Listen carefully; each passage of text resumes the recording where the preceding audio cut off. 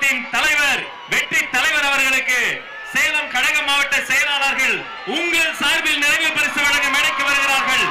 சேலத்து இளம் சிங்கம் தமிழன் பார்த்திபன்